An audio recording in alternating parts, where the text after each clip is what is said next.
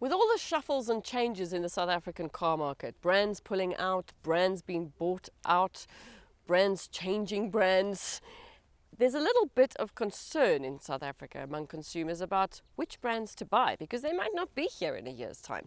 And I think FCA, Fiat Chrysler South Africa, is perhaps one of the brands people might be concerned about. 100%. I think that would have been on everyone's watch list. But recently on Insights, we actually interviewed the newly appointed CEO for the group, Robin van Rensburg. And what I loved was that the group's commitment was to appointing, number one, a South African CEO who understands our unique market, and number two, their promise to bring new products. And here we have it. The new Fiat Tipo, and it's very comforting to see them bringing an all-new badge.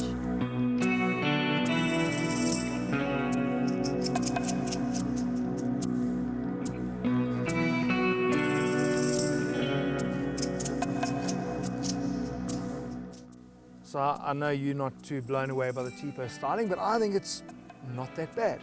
It's inoffensive, generic, uninspiring. I don't think it's going to sell the car, put it that way.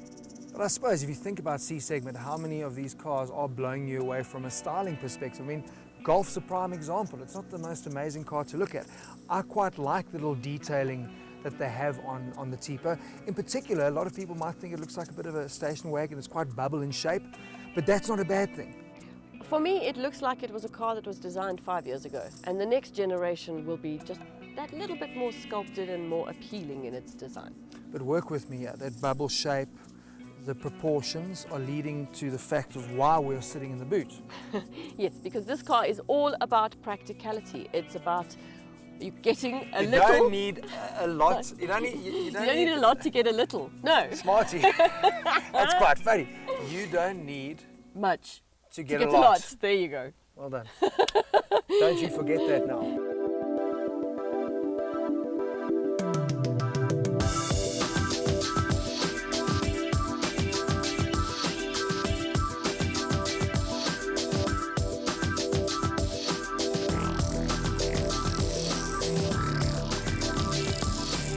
The pricing is what this car is all about. It's a value for money buy, 250,000 entry level for the hatch. Sedan is 230, so yeah. And it's all about practicality, and the boot is exactly why we're sitting in the boot. It's a really decent size, lots of practicality and things that they've thought about, and that really speaks to what happens in the whole car. It is a big car, and there potentially lies its biggest problem from my perspective. Exactly, because when you're driving it, it actually feels like you've got two people in the boot. I looked twice. I thought the Italian mafia had done a hit and hadn't dropped the guys off, but or you were driving with a handbrake on.